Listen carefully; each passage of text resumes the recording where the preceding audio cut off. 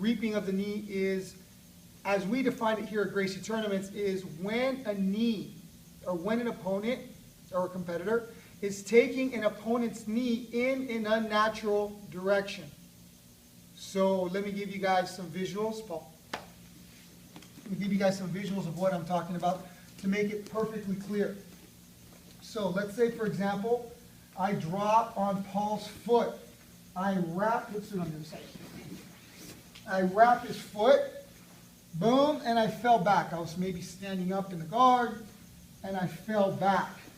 And initially, when this reaping of the knee rule was discussed, I didn't see any sort of problem with this foot either being here or here. And I had understood that several competitors were disqualified because the defender would grab the attacker's foot, no, grab it with that hand over there, and pull the foot across the hip, deeming it illegal. And they would get disqualified. I would get disqualified by him moving my foot. Since then, the rule has been changed to where if the defender grabs the foot and pulls it across, then he would be disqualified under other rule sets. And again, to me, this doesn't make any sense at all because the defender's leg is still straight. Whether the foot is here or there, it doesn't really matter. Even if I roll the foot over here, the knee is still bending in a natural direction because I'm not going to bend it upward. I'm going to extend this way, straightening the leg. And again, the knee is not the knee is not compromised in any way. Now, the problem that I would have, and this is what would make it illegal, and that's why we deemed reaping the knee illegal, is say, for example, I'm here. I don't have any sort of problem with this foot coming across. It gives me good leverage to extend and finish. That's not the problem. The problem would be, for example, if I took the guy's leg to the side, I rolled to the other side, and if I started to cup the toes and now lifting the leg away from my body, that is taking the knee in an unnatural direction. And that is what we like to consider an illegal quote-unquote reap. So whether or not the foot is placed on the hip or across the hip is kind of irrelevant to us. The problem comes when somebody is unnaturally bending, like say for example I'm underneath the toe here and I'm lifting upward. That is torquing the knee in an unnatural direction. It can cause some severe damage to the defender's knee. And that would be an illegal reap. Another example of this, stand up please.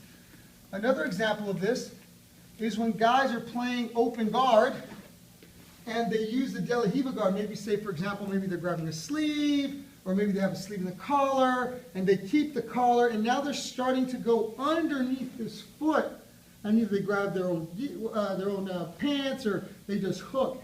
Now, again, look at the angle. So long as the knee is kind of, the guy's going with it, it's all good. But if I hook the back of his knee to where he can't turn, and now I start turning his knee outward, this again could be a potentially dangerous position here.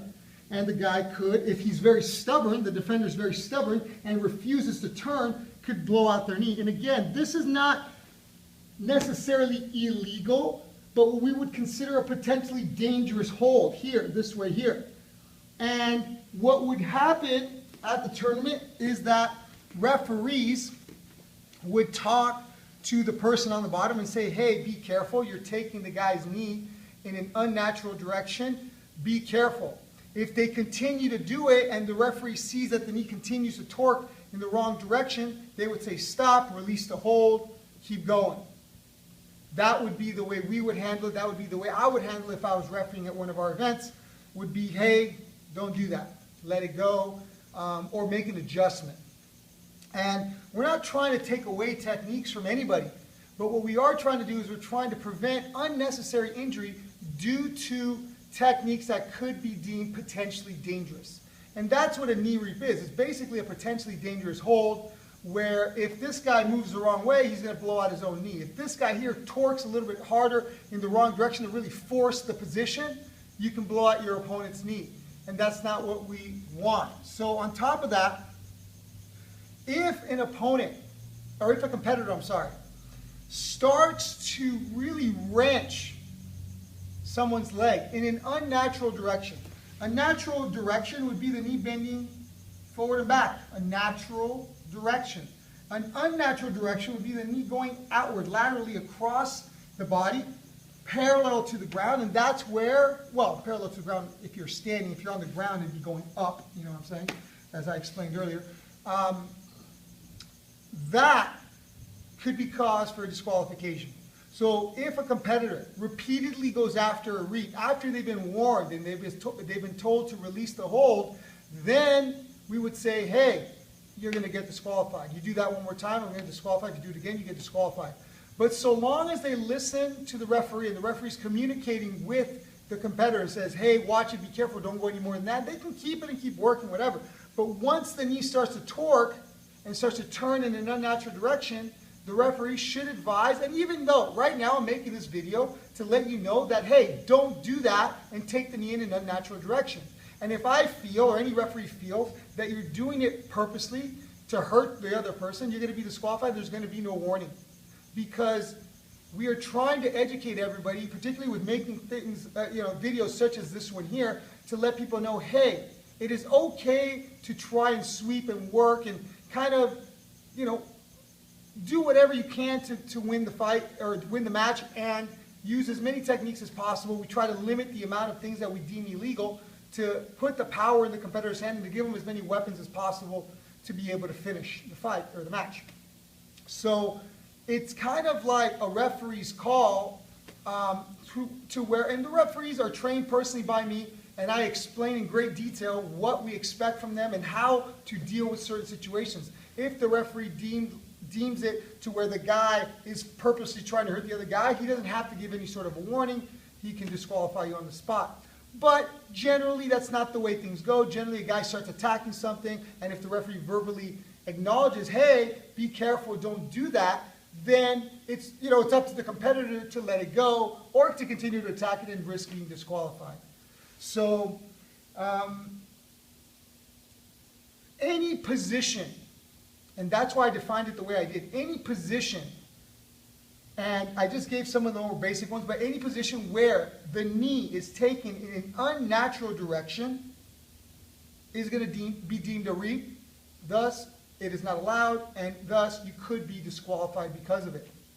Now, things such as heel hooks, straight foot locks where they're wrapped and they're extending and the person's turning, whatever, those, there's an inherent danger in those techniques to begin with. And, there are defenses to it, to where you can, move with it, counter, pop your knee out of the leg lock, to take the pressure off your knee, so on and so forth. But if a competitor is forcefully taking somebody's knee in an unnatural direction, because of the way the knee works, boom, you blow out the guy's knee, the guy doesn't even have time to move. So obviously we're trying to avoid those kinds of situations.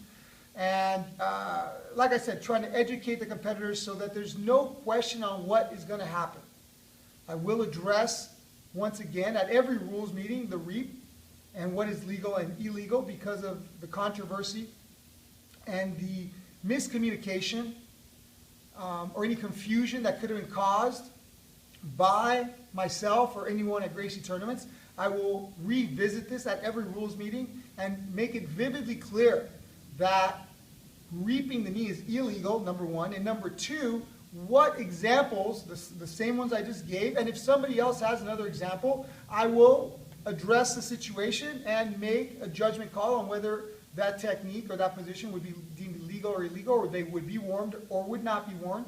And any questions that you guys have, please send feedback to @JavierShowtime on Twitter or Instagram, or @RoseGracie on Twitter or Instagram, and we will.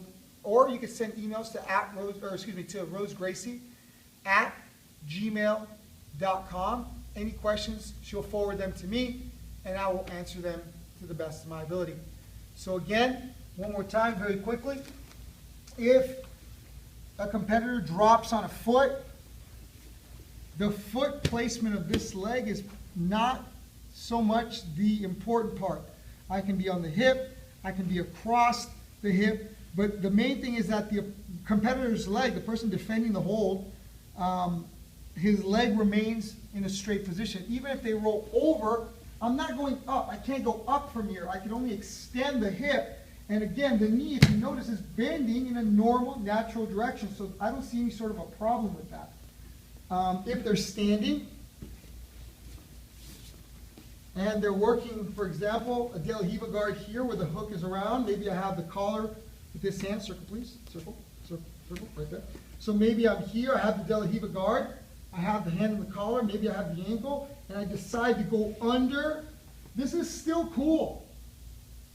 But, for example, if I push the leg away with this leg, and now the knee starts to go in a weird, funky direction, and I start to, pull towards me as I push the leg away, now I'm kind of bowing the guy, and that obviously is a reap, and that would be considered potentially dangerous, and the referee should warn the competitor to release the hold or risk disqualification. So again, any questions, at Javier Showtime on Twitter or Instagram, or at Rose Gracie at Twitter or Instagram, and see you guys very soon at Gracie Tournaments.